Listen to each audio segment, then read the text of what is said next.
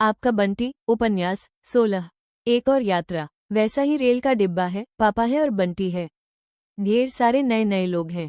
बंटी बैठा बैठा टुकुर टुकुर सबको देख रहा है, फिर भी जैसे उसे कुछ नहीं दिखाई दे रहा है। पता नहीं कैसे क्या हुआ कि उसके भीतर दो आंखें और उगाई और उसके बाद से ही सब कुछ गड़बड़ हो गया। बाहर की आंखों से वो एक चीज देखता है तो भीतर की आंखें दूसरी चीज देखने लगती हैं। कभी भीतर की चीजें बाहर की चीजों को दबोच लेती हैं तो कभी बाहर की भीतर की चीजों को। कभी कभी दोनों एक दूसरी में ऐसी गड्ढमड्ढ हो जाती हैं कि फिर तो कुछ भी समझ में नहीं आता। बस सब कुछ गोलमोल अंडा। भीतर ही भीतर कई कान भी उगाए हैं। तभी तो एक बात को ठेलकर दूसरी बात आ जाती है। आवाज के ऊपर आवाज तैरने लगती है और सारी आवाजें मिलकर बस एक शोर। ये सब बंगाल के जादू से हुआ है। और क्या, पहले तो ऐसा कभी नहीं था। उसने कई बार अपने शरीर को छू छू कर देखा है। कहाँ है वे आंखें, कहाँ है वे कान, पर दिखते नहीं। जादू की चीजें कहीं दिखती हैं। वे आंखें कभी नहीं दिखती, पर उन आंखों से देखे हुए दृश्य बार बार दिखते हैं और दिखते ही चले जाते हैं, ठीक ऐसे जैसे सब कुछ सामने ही हो रहा हो। और जो सामने होता है सब गायब हो जाता है। बाहर की आंखें खुले खुले ही बंद हो जाती हैं। ये भी तो जादू ही है। पर किसने किया जादू, कब किया, यही सब पता लग जाए तो फिर जादू ही क्या। उसने तो पीसी सरकार का जादू भी नहीं देखा। बोटेनिकल गार्डन का बड़ा पेड़, दक्षिणेश्वर, वेलूर मठ केवल नाम सने थे। आज भी बस नाम ही जानता है। जब तुम सर्दी की छुट्टियों में आओगे तब सारी चीजें दिखाएंगे बंटी बेटे तुमको। उस समय कलकत्ते का मौसम भी बस वाह। क्रिसमस की छुट्टियां भी रहेंगी। सामान बांधते हुए पापा कह रहे हैं और पापा के भीतर से एक और पापा उभर रहे हैं। कलकत्ते में तुम्हें वो घुमाएंगे बेटे की बस। हर इतवार को पिकनिक पर और रोज शाम को सैटरडे क्लब। जाते ही तैरना सिखा देंगे, बस फिर रोज तैरना सीखोगे तो अब लड़कियों वाले खेल नहीं। और शाम को बालकनी में बैठे बैठे उसकी आंखों के सामने दूर दूर तक फैली हुई कोलतार की सड़कें एकाएक लहराने लगती और उन पर दौड़ती हुई ट्रामें, बसें, दौड़ते भागते ढेर ढेर आदमी मछलियों में बदल जाते, पानी को चीरते हुए तीर की तरह इधर से उधर तैरते रहते। अरे तुम इतना चुपचाप क्यों रहते हो बच्चे, ऐसे गुमसुम रहकर मन कैसे लगेगा। आओ मेरे साथ भीतर आओ, चीनू के साथ खेलो, उसे प्यार करो, तभी तो वो तुम्हें भैया कहेगा। और तभी इस आवाज को तैरती हुई एक और आवाज तैर जाती है, बंटी भैया मैं भी कहानी सुनूंगा। तुम लेटो तो बिस्तर लगा दे, शायद पापा पूछ रहे हैं।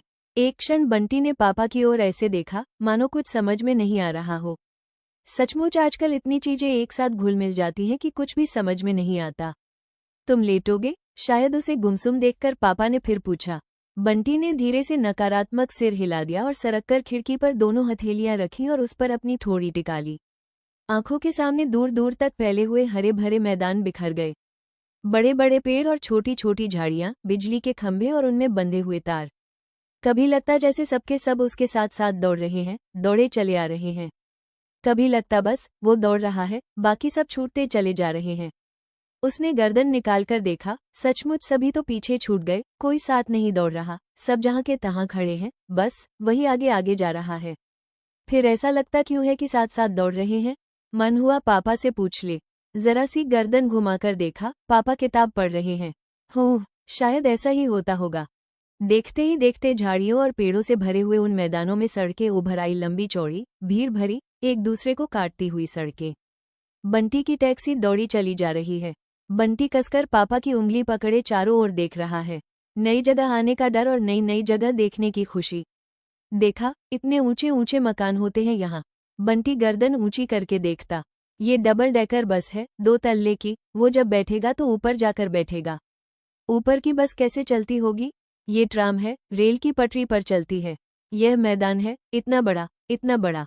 यह अपना घर है। सीढ़ी चढ़कर एक गलियारे में खड़े पापा बटन दबा रहे हैं। बंटी दरवाजे पर लगी नेम प्लेट देख रहा है। इस समय उसके और पापा के अलावा वहां कोई नहीं है, फिर भी उसने पापा की उंगली पकड़ रखी है, उतनी ही कसकर।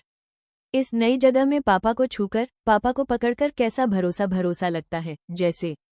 खट, दरवाजा खुला और बंटी की नजरें नीची हो गई। अरे आ गए तुम, मैं सोच रही थी शायद 1 आध दिन की देर हो जाए इस बार, एक औरत की आवाज। नीची नजरों से सिर्फ पंजों का थोड़ा सा हिस्सा, चप्पल और साड़ी का बॉर्डर दिखाई दे रहा है। पहली बात मन में उभरी, यह मम्मी नहीं है। मम्मी के पैरों को वो खूब पहचानता है, उनकी चप्पलों को भी और उनकी साड़ियों के बॉर्डर को भी। ओहो, ये है बंटी साहब, तुम तो बहुत प्यारे प्यारे हो भाई। और एक बांह पूरी पीठ को घेरती हुई उसके कंधे पर आ टिकी। नए सिरे से फिर उभरा नहीं, ये मम्मी नहीं है। मम्मी की बाहें, मम्मी का छूना, और एकाएक ही बड़ी जोर से मम्मी की याद आने लगी। पापा की उंगली की पकड़ और ज्यादा कस गई। हमारे पास आओ बच्चे, इतना शर्मा क्यों रहे हो बच्चे? झट से बंटी की नजरें ऊपर उठी। सामने जो चेहरा था उसमें दीपा आंटी का चेहरा घुल मिल गया, पर फिर धीरे धीरे सामने वाला चेहरा खूब साफ होकर उभर आया। मुस्कुराता हुआ चेहरा, पर दीपा आंटी से भी अलग, मम्मी से भी अलग। नजरें फिर झुक गईं। वह पापा से और ज्यादा सट गया। पापा रास्ते में जिस मीरा की बात कर रहे थे वो यही है शायद। बंटी को अब इन्हीं के साथ रहना होगा। बहादुर, चीनू को इधर लाओ। एक लड़का गोद में एक गोरे गुदगुदे से बच्चे को लेकर भीतर आया। चीनू बेटा, पापा ने हुमसकर बाहें फैलाई और उस बच्चे को गोद में ले लिया। बंटी बेटा, पापा क्या सबको इसी तरह गोद में लेते हैं? बंटी, ये तुम्हारा छोटा भाई है चीनू, खेलोगे इसके साथ, खूब हंसेगा। तो बंटी को एक बार फिर फूले फूले गाल वाला चेहरा देखने की इच्छा हो आई। उसने आंखें उठाकर देखा तो उस चेहरे के पीछे कहीं अम्मी का चेहरा भी उभर आया। यह अम्मी है, तुम्हारा छोटा भाई। और साथ ही ख्याल आया जोत क्या कर रही होगी इस समय। आओ तुम्हें घर दिखा दे। ये तो बैठने और खाने का कमरा हो गया ना, और ये देखो सोने का कमरा। तब उस नीले कमरे से अलग करके ही इस कमरे को देखना पड़ा। डॉक्टर साहब पापा से लंबे हैं। सोने के कमरे से जुड़ा हुआ ये छोटा सा कमरा अब से ये तुम्हारा कमरा होगा। बंटी छोटा तो बंटी का कमरा भी छोटा। और यह बालकनी, यहाँ खड़े होकर कलकत्ते का शोर शराबा देखो। और घूमकर वो फिर बैठने वाले कमरे में आ गए। बस हो गया घर। इतने से घर में रहते हैं सब लोग, कोई खुली जगह भी नहीं। और इतने दिनों से मन में बसा हुआ लंबा चौड़ा कलकत्ता, कलकत्ते के ऊंचे ऊंचे मकान, सब जैसे एक क्षण में ही अडडडडम हो गए। खाने की मेज पर बैठे हैं सब। बंटी वैसे ही चुपचाप, नजरें नीची किए हुए। आज तो तुम्हारे पापा को ऑफिस जाना था, सो जल्दी जल्दी में कुछ भी बना दिया। अब तुम हमें बता दो बच्चा, तुम्हें क्या क्या पसंद है, क्या क्या खाते हो, फिर वही सब बनाया करेंगे। वे बोल रही हैं। बंटी चुप। बता दो बेटे, शर्माते नहीं। ये तो अपना घर है, अपने घर में कैसा शर्माना। अरे ये अपना घर छोड़कर दूसरों के घर खेलने जाएंगे कैसे? अपने घर जैसी लाटसाहबी करने को मिलती कहाँ है? कैसी मार खाकर आए हो बंटी भैया, तुम तो बस अपने घर के ही शेर हो। और वो 4 कमरे का बंगलानुमा घर अपने लहलहाते बगीचे के साथ आंखों के सामने तैर गया। पीछे के आंगन में तुलसी के चबूतरे पर टिमटिमाता हुआ दिया, फूफी के हनुमान जी। वहां अपना घर होगा बेटा, अपने लोग। तो वो लहलहाता बगीचा एक सूखे बंजर अहाते में बदल गया और छोटा सा घर फैलता ही चला गया, फैलता ही चला गया। यह नीम का पेड़ बाबा ने पापा के जन्म के साथ लगाया था। और दोनों घर एक दूसरे में डूबने उतराने लगे और फिर धीरे धीरे सब गायब। बस काले काले धब्बे, गोलमोल अंडा। बंटी, कुछ खाओगे बेटे? निकाल दे तुम्हें। बंटी चौंका। पता नहीं पापा कब से उसके पास खड़े खड़े उसका कंधा झकझोर रहे हैं। गर्दन भीतर की तो देखा बैठे हुए लोग किसी बात पर जोर जोर से बहस कर रहे हैं। वो तो सुन ही नहीं रहा था। बाहर के कान बंद थे शायद। भूख लगी है? नहीं। पापा उसी के पास बैठ गए, बाहों में समेटकर उसे अपने से सटा लिया। बंटी, तुम इतने सुस्त सुस्त क्यों हो बेटे? तुम इस तरह उदास होते हो तो हमें अच्छा नहीं लगता है। बंटी ने पापा की ओर देखा। पता नहीं उसकी आंखों में आंसू हैं या पापा की। बंटी बेटा पढ़ने जा रहा है हॉस्टल में, बहुत होशियार बनकर आएगा वहां से। कितनी कितनी तो चीजें सिखाते हैं वहां पर। तुम तो क्या क्या बोले चले जा रहे हैं पापा। बस वो सुन रहा है, पर समझ कुछ नहीं रहा। पता नहीं क्या हो गया है उसे आजकल, कुछ समझ में ही नहीं आता। उस दिन भी पापा की कोई बात समझ में नहीं आई थी शायद, तभी तो सब गड़बड़ हो गया। उसे एडमिशन के लिए इम्तिहान देने जाना था और पापा कह रहे थे, देखो घबराना नहीं, जो लिखने को दे लिख देना और जो कुछ पूछे जवाब दे देना। झेपना, शर्माना नहीं, बोल्डली एंड स्मार्टली। पापा के चेहरे पर रह रहकर मम्मी का चेहरा उगाता था और पापा की आवाज के ऊपर मम्मी की आवाज। देख बेटे, खूब सोच सोचकर करना और सवालों के उत्तर पेपर पर लिख लाना। फिर तैयार करते हुए, एक का दाम दिया हो और ज्यादा का पूछे तो गुणा करना और ज्यादा का देकर एक का पूछे तो भाग। खाना खिलाते हुए भी, जिस भूमि खंड के चारों ओर पानी हो उसे द्वीप कहते हैं। बस के लिए खड़े खड़े भी अकबर दूसरे धर्मों का आदर करता था। उसने राजपूतों, इस घर में पापा मम्मी बन गए? नहीं, मम्मी नहीं बने, बल्कि पापा भी नहीं रहे। दूर रहते थे तो लगता था पापा बहुत पास है, पापा की हर चीज वो जानता है। पर पास रहकर लगता है पापा को वो जानता ही नहीं।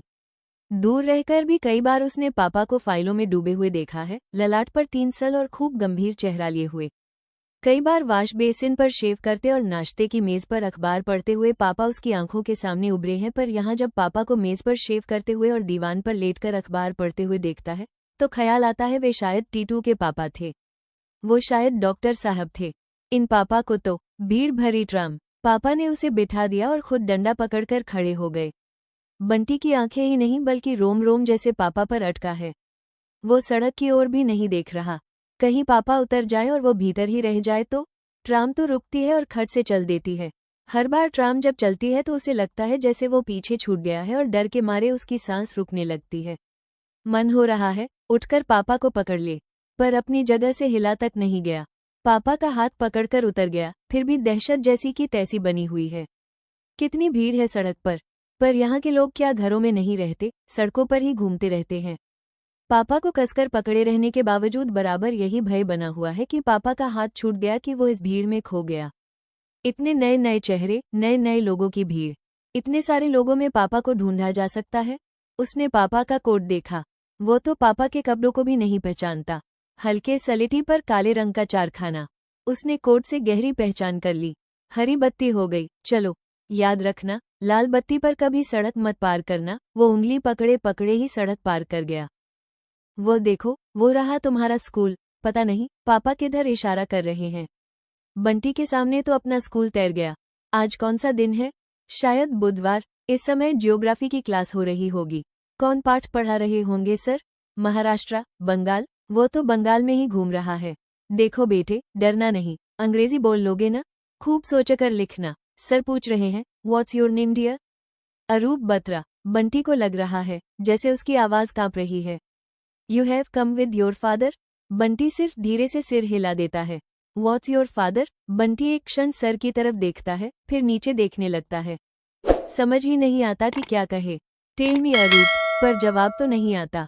उसे मालूम ही नहीं। माई मम्मी इज प्रिंसिपल। जाने कैसे उसके मुंह से निकल जाता है, और कहने के साथ ही वो खुद रुआंसा हो आता है। सर हंस रहे हैं। बंटी को लग रहा है कि सर और ज्यादा हंसे तो वो रो देगा। कागज पेंसिल देकर सर ने उसे बिठा दिया। Right a story in your own words. Any story you like. Bunty के सामने ढेर सारी कहानियां तैर रही हैं। मम्मी की कहानियां, फूफी की कहानियां, पर उन सबको कैसे लिखा जा सकता है? वो तो जवाब ही नहीं दे सका। सर ने क्या समझा होगा? पापा क्या कहेंगे? सामने फैले कागज पर आंसू टपक पड़ते हैं। शाम को वकील चाचा को आया देखकर एकाएक इच्छा हुई कि दौड़कर उनकी बाह में झूम जाए, जैसे पहले झूम जाया करता था। पर अपनी जगह से हिला तक नहीं गया। बस एक बार चाचा की तरफ देखा और नजरें जमीन में गड़ गईं। अरे यह क्या? बंटी चुपचाप खड़ा है। देखो, मैं तो तुमसे मिलने आया हूँ। चाचा ने पास आकर उसे गोद में उठा लिया और फिर जाने क्यों एकटक उसका चेहरा ही देखते रहे। चाचा की गोद में आकर बंटी को लगा जैसे चाचा अकेले नहीं आए हैं। चाचा के साथ बंटी का अपना पुराना घर भी आ गया है। बंटी की मम्मी भी आ गई है। और तभी ख्याल आया, पहले चाचा आते थे तो पापा की खबर लाकर देते थे, पापा की भेजी हुई चीजें लाकर देते थे। अब उसने बड़ी उम्मीद से चाचा की ओर देखा। अरे वकील चाचा, आप? वे भीतर से आ गई। क्या हुआ? दे आया टेस्ट? हो गया एडमिशन? चाचा ने बंटी को एकदम अपने से सटाकर बिठा लिया। पर उसका मन हो रहा है उठकर यहाँ से भाग जाए। नजरें हैं कि जमीन में धंसती चली जा रही हैं। कहाँ हुआ एडमिशन? कुछ किया ही नहीं। शायद नर्वस हो गया था कि वे बोल रही हैं। और तभी कहीं से उभर कर आया, फूफी आज हलवा बनाओ। बंटी बेटा सेकंड आया है। तीनों सेक्शन में लगता है वहाँ के स्टैंडर्ड और यहाँ के स्टैंडर्ड में बहुत फर्क है। ये तो बताते थे कि हमेशा क्लास में, पता नहीं अंग्रेजी की वजह से हो, वे ही बोले जा रही हैं और चाचा चुप हैं। चाचा चुप रहे और कोई और बोले, मतलब कुछ गड़बड़ है। बंटी का मन हो रहा है कि कहीं चला जाए। इस स्कूल में तो थोड़ी जान पहचान भी थी। अब आप ही इनसे बात करिए चाचा। मेरी बात तो ये सुनते ही नहीं। यूं भी मेरा बोलना। बंटी को लग रहा है कि चाचा की नजरें जैसे उसी पर गड़ी हुई हैं। मैंने इतना समझाया कि देखो अभी मत लाओ, पहले उसके एग्जाम्स होने दो। छठिटियों में लाकर यहाँ रखना, यदि हिल जाए, उसका मन लग जाए तो यहाँ भर्ती करा देना। वरना बच्चे के साथ भी तो कितनी ज्यादती है। पर इनको तो जैसे झक सवार हो गई। रात रात भर नींद नहीं आती थी। चाचा क्यों नहीं कुछ बोल रहे? पता नहीं वहां से भेज भी कैसे दिया इस तरह। मैं तो बाबा, और कसकर चीनू को उन्होंने छाती से लगा लिया। चाचा शायद बोलेंगे ही नहीं। बंटी झटके से उठा और बाहर बालकनी में आ गया। किसी ने उसे रोका नहीं, किसी ने उसे बुलाया भी नहीं। वो पापा से कहेगा कि पापा उसे वापस मम्मी के पास भेज दे। वो यहाँ रहेगा भी नहीं, यहाँ पढ़ेगा भी नहीं, वो अपने स्कूल में ही पढ़ेगा। पर बाहर के ढेर ढेर शोर में जैसे उसका अपना सोचना भी दब गया। धुआं उड़ाती हुई बसों का शोर, ट्रामों की टन-टन, मोटरों की पीपीम, आदमियों का शोर, शाम का अखबार बेचने वालों का शोर, तरह तरह की चीजें बेचने वालों का शोर। कितना शोर हो रहा है चारों ओर। अरे, ये तो स्टेशन आ गया। थोड़ी देर नीचे उतरोगे बेटे? पापा पूछ रहे हैं। बंटी ने सिर हिला दिया। पर पापा उतर गए तो लगा जैसे वो अकेला छूट गया है। नजरें पापा के साथ लगी लगी चलने लगी। पापा हाथ में दोने लिए चले जा रहे हैं। लो खाओ। सामने समोसे और नमकीन सेब रखे हैं। बंटी खाने लगा। मिर्च तो नहीं लग रही ना? बंटी ने सिर हिला दिया। पानी दिया तो पी लिया। सीटी, हरी झंडी, फिर सीटी। गाड़ी धीरे धीरे सरकने लगी। प्लेटफॉर्म की सारी भीड़, सारा शोर पीछे छूटता चला गया। पापा फिर उसके पास आकर बैठ गए। उनका एक हाथ उसके कंधे पर आ टिका है। अब बिल्कुल डरने की बात नहीं है बेटा, वहाँ कोई इम्तिहान नहीं होगा। मैंने सारी लिखा पढ़ी कर ली है। बस, अब तो सीधे क्लास में। पता नहीं कितनी बार पापा ये बात कह चुके हैं, और हर बार मन ही मन उसने दोहराया है, my father is divisional manager. पापा की एक एक बात उसने रट ली है। पर हो सका। बंटी ने खिड़की पर थोड़ी टिका ली और बाहर का तो कुछ भी नहीं दिखाई दे रहा। शायद भीतर की आंखें खुल गई हैं। अपने पास लिटाकर पापा समझा रहे हैं, यहाँ नहीं हुआ तो कोई बात नहीं, मैंने हॉस्टल के लिए चिट्ठी लिख दी है। बंटी बहुत हिम्मत जुटा रहा है कि कह दे कि वो हॉस्टल नहीं जाना चाहता। रात भर वो जो सोचता रहा है सब कह दे, पर कुछ भी तो नहीं कहा जाता। हॉस्टल में तुम्हें अच्छा लगेगा। तुम्हारी उम्र के बच्चों को तो हॉस्टल में ही रहना चाहिए। अपने बराबरी के बच्चों के साथ पढ़ो, उन्हीं के साथ खेलो, उन्हीं के साथ रहो। वहाँ तुम्हें अच्छा लगेगा बंटी। वहाँ जोत है, अमी है, उनका साथ रहेगा। यहाँ अकेला अकेला कितना बोर होता है। प्रिंसिपल मेरे दोस्त हैं। लोकल गार्जियन रहेंगे। इतवार को अपने घर ले जाएंगे। उन्हें पापा ही समझना। तैरता हुआ डॉक्टर जोशी का चेहरा सामने से निकल गया। तू इन्हें पापा क्यों नहीं कहता रे? हॉस्टल की कितनी बातें पापा बता रहे हैं। बंटी दिमाग पर बहुत जोर लगाता है, पर फिर भी हॉस्टल की कोई तस्वीर उसके सामने नहीं उभरती। पहले पापा जब कलकत्ते की बातें बताया करते थे तो कलकत्ते की कितनी तस्वीरें उभरती थी उसके मन में। एक एक जगह की अनेक अनेक तस्वीरें। बंटी, तुम अपनी बनाई हुई तस्वीरें नहीं लाए बेटे? मीरा, जानती हो ये बहुत बढ़िया पेंटिंग करता है। वकील चाचा को बनाकर देगा कि नहीं एक? तुम हॉबी की तरह बागबानी ले सकते हो, पेंटिंग ले सकते हो। कलकत्ते में तो बागबानी के लिए कोई गुंजाइश ही नहीं है। सारा शौक ही मर जाएगा। हॉस्टल में तो हॉबी, तस्वीरें, बागवानी, कलकत्ता, हॉस्टल सब एक दूसरे पर चढ़ते चले आ रहे हैं, एक दूसरे में घुलते जा रहे हैं। पापा और भी जाने क्या क्या बताते समझाते रहे, दुलारते और थपकते रहे, और जब उसने आंखें मूंद ली तो उठकर अपने कमरे में चले गए। नींद में उसने देखा कि वो पापा की उंगली पकड़े पकड़े स्कूल से निकल रहा है और पापा डांट रहे हैं, गुस्सा हो रहे हैं। जोड़ बाकी के मामूली से सवाल तक नहीं आए। सारे समय उंगली पकड़े पकड़े रहते हो, चिपक कहीं के। तभी तो किसी के सामने बोला नहीं जाता। या तो लड़कियों की तरह रोओगे, शर्माओगे, या और उन्होंने उंगली छुड़ाकर उसे अलग कर दिया है। अलग होते ही बंटी जैसे भीड़ में खो गया है।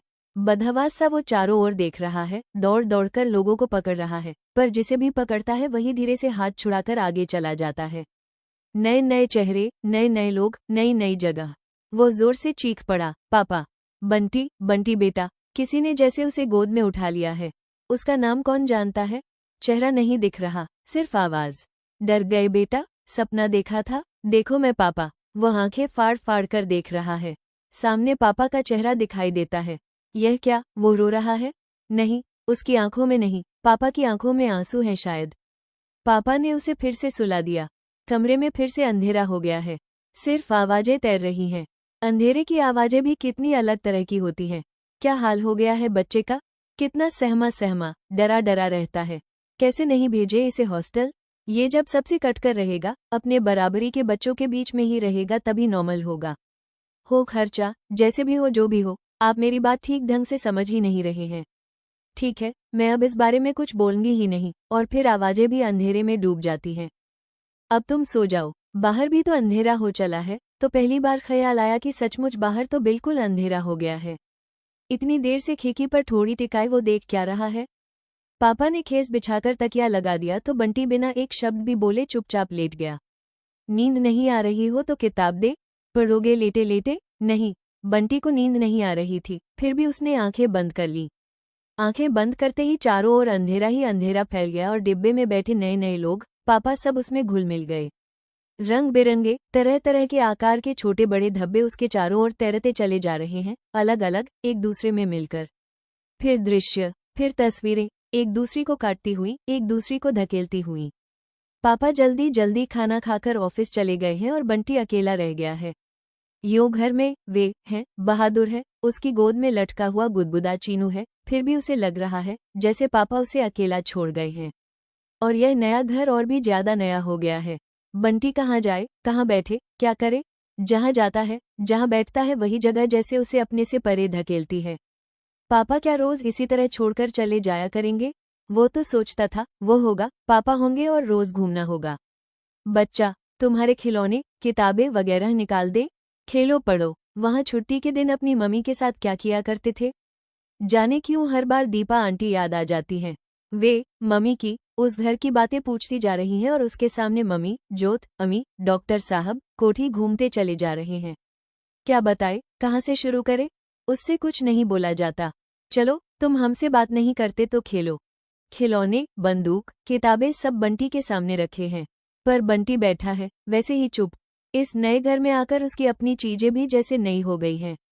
आओ हम खेलें तुम्हारे साथ, वे चीनू को लेकर पास आ बैठी हैं। चीनू प्रसन्न होकर खिलौनों को इधर उधर उठा पटक रहा है। ख्याल आया वो अम्मी को अपने खिलौने नहीं लेने देता था। चाबी की मोटर करती हुई निकल गई। फ्लाइंग प्लेट लाल पीली रोशनी दिखा दिखाकर घूम रही है। चीन किलकारी मार रहा है। चीनू देख, वो गिरा। चीनू देख, और चीन के साथ साथ वे भी हंस रही हैं। एक एक खिलौना चीनू को चला चलाकर दिखा रही है। बंटी बालकनी में खड़ा है, सामने की भीड़ भाड़, शोर शराबे में डूबा हुआ। ढेर ढेर आवाजें हैं, पर कुछ समझ में नहीं आ रहा है। ढेर ढेर शक्लें हैं, पर कोई पहचानने में नहीं आ रहा। और सबके ऊपर है ये बात कि पापा शाम को आएंगे। शाम को पापा आए हैं, कैसे रहे बंटी, क्या किया सारे दिन बेटे?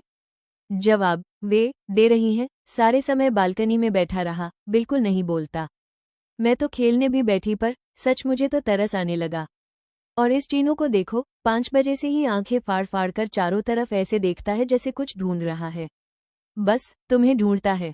ये तो अब तुम्हें बहुत मिस करने लगा है। उन्होंने चीन को पापा की गोद में लाद दिया। वह हंस रहा है, पापा के बाल नोच रहा है। ले भैया के गाल नोच। पापा ने चीनू को बंटी की ओर मोड़ दिया तो चीनू बंटी के गाल नोचने लगा। लो प्यार करो इसे, इससे खेलो, इससे दोस्ती करो बेटे। तो बंटी ने उंगलियां उसके गुदगुदे गालों पर फिरा दी। चीनू ने पापा की गोद में खड़े होकर पापा के कान पकड़ लिए।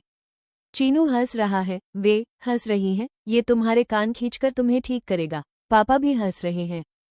बंटी चुपचाप उठकर बालकनी में चला गया। जगमगाती बत्तियां, लाल नीली पीली नियॉन लाइट्स। रात में जैसे सड़क बिल्कुल बदली हुई लग रही है। चीजें इतनी बदल कैसे जाती हैं?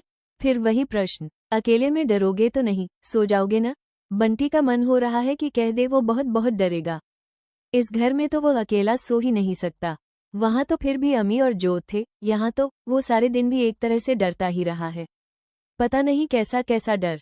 अरे बंटी अपना बहादुर बच्चा है, कोई लड़की है जो डरेगा? न हो तो बहादुर भी यहीं सो जाएगा। क्यों, बच्चा ठीक है ना? और बीच का दरवाजा खुला रहेगा बेटे, हम लोग तो उधर हैं ही, वे और पापा ही बोले चले जा रहे हैं। बंटी तो कुछ बोल ही नहीं पाता। सो जाओगे ना? बंटी ने एक बार पापा की ओर देखा। पापा के साथ उनका चेहरा भी था। और बंटी ने धीरे से कह दिया, हाँ। बहादुर तो पड़ते ही सो गया, पर बंटी जैसे कंबल के नीचे भी कांप रहा है।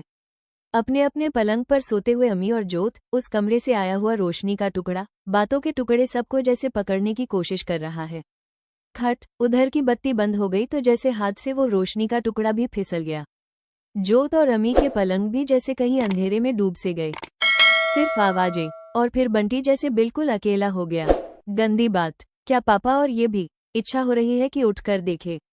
वही दृश्य अंधेरे में से जैसे चारों ओर लटक गया। जाने कैसी हिम्मत आ गई।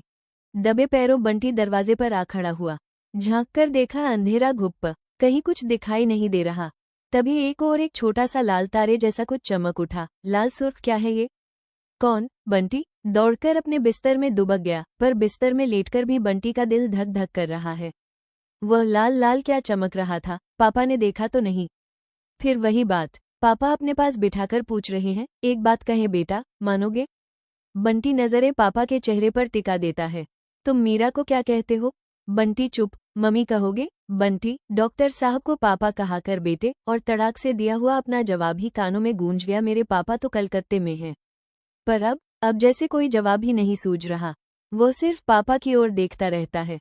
छोटी मम्मी, ठीक है। तो आंखों के सामने जैसे मम्मी आकर खड़ी हो गई। बंटी की नजरें झुक गईं। शर्म आती है? शर्म की क्या बात, मम्मी ही तो है। वहां की मम्मी वे, यहाँ की मम्मी ये। कहोगे ना? बंटी ने धीरे से हाँ कह दिया, और कहने के साथ ही जैसे भीतर की आंखें रो पड़ी। पापा पीठ थपथपा रहे हैं। उन्होंने कहीं देख तो नहीं लिया लड़की की तरह रोते हो? बच्चे, उठो बच्चे, बहुत दिन उगाया। बंद आंखों से ही बंटी सुन रहा है और भीतर ही भीतर सिकुड़ा चला जा रहा है, शर्म से, डर से, दुख से। अरे यह क्या पेशी कर दी? उसके बाद कुछ पता नहीं, शायद बहादुर कपड़े बदलवा रहा है। कमरे में सिर्फ आवाजें तैर रही हैं, उनकी आवाजें, पापा की आवाजें, बहादुर की आवाजें। और सारी आवाजों को चीरते हुए कहीं से दो हाथ आकर बिस्तरे को रजाई से ढक देते हैं। उसके चारों ओर शॉल लिपट जाता है, सब गुपचुप। बहादुर, ये चद्दर धुलने डाल और गद्दे के उतने हिस्से को धोकर बाहर फैला दे। गद्दा बाहर फैल गया है और सड़क पर चलते हर आदमी को भी जैसे मालूम पड़ता जा रहा है कि अब बंटी कहाँ खड़ा हुआ करेगा। अपने घर में तो कभी कभी बिस्तर में सूसू नहीं की उसने, पर अब शाम को सब जैसे के तैसे हो गए। बस पापा का चेहरा जाने कैसे एकदम मम्मी के चेहरे की तरह हो गया है। खाने की मेज पर बैठे बंटी को बराबर लगता रहा कि जैसे पापा की आंखें भी उसकी प्लेट पर चिपककर उसे घूरेगी।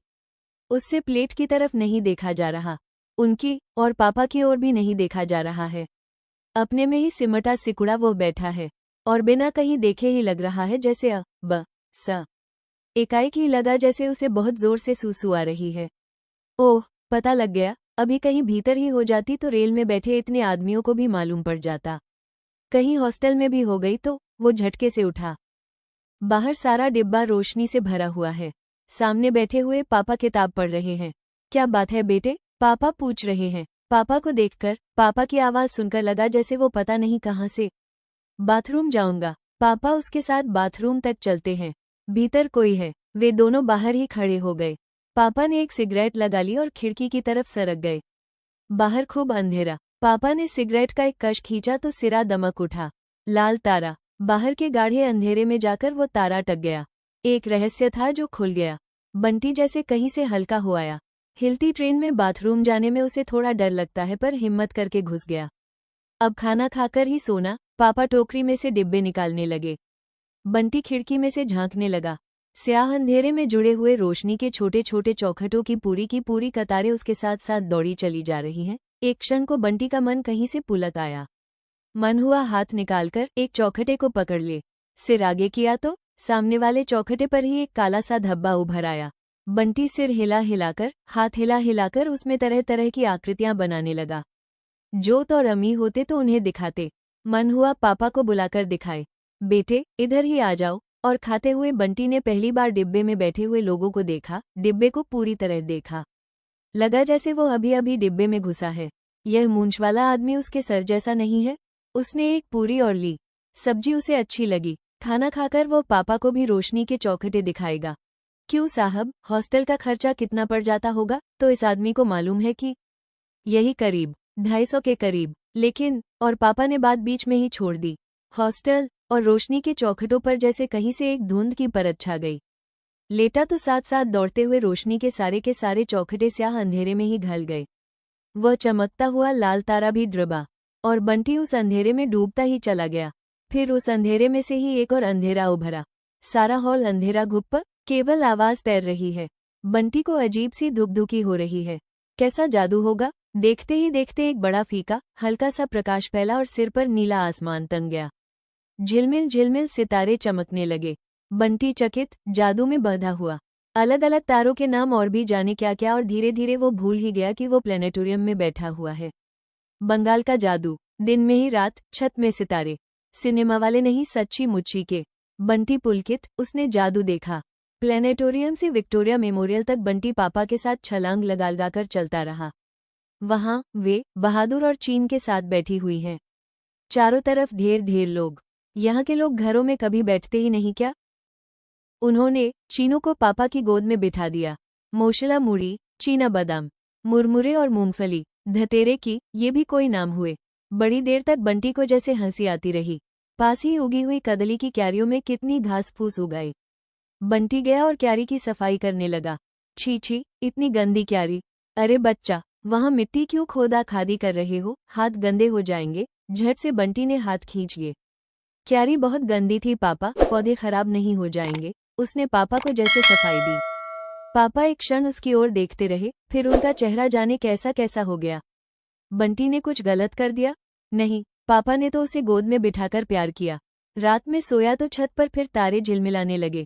जमीन पर चाबी वाली मोटर दौड़ने लगी। फ्लाइंग प्लेट घूमने लगी। दो पहलवान बॉक्सिंग करने लगे। चीनों की किलकारियां गूंजने लगी। हम भी चलाएगा शब, हम भी चलाएगा। अपनी मिचमिची आंखों को झपकते खोलते बहादुर हर चीज को बड़े कौतुक से देखने लगा। हवा के बीच में ही कहीं मोगरा खिलाया तो कहीं डहेलिया। तुम बहस मत करो मीरा, इस बात पर कुछ भी मत कहो। एकाएक सारे तारे बुझ गए। मोगरा और डहेलिया गायब हो गए। सारा दृश्य जहां का तहां स्थिर हो गया। सिर्फ पापा की आवाज यहां से वहां तक गूंजती रही, गुस्से से भरी हुई आवाज। मुझे किसी और स्कूल में कोशिश नहीं करनी, उसे हॉस्टल ही भेजना है। यहाँ घर में रखने के लिए मैं उसे नहीं लाया हूँ। मैं क्या जानता नहीं कि इस घर में, और फिर बातों के टुकड़े टुकड़े एबनॉर्मल, महीना कैसे चलेगा। तुम्हारी जिद, मेरा तो कुछ कहना ही गलत। और फिर केवल आवाजें, बिना शब्दों की आवाजें, कभी जोर जोर की, कभी दबी दबी, फुसफुसाती हुई। और फिर सन्नाटा। तो पापा उसे सचमुच हॉस्टल भेज देंगे? हॉस्टल भेजने के लिए ही यहाँ लाए हैं? सन्नाटा और ज्यादा गहरा हो गया। बंटी ने अपने दोनों पैर सिकोड़कर पेट से सटा लिए और दोनों हथेलियों को जांघों के बीच दबोचकर अपने को पूरी तरह समेट लिया। न्यू मार्केट की भीड़ भाड़, चहल पहल। बाजार नहीं, जैसे कोई प्रदर्शनी हो।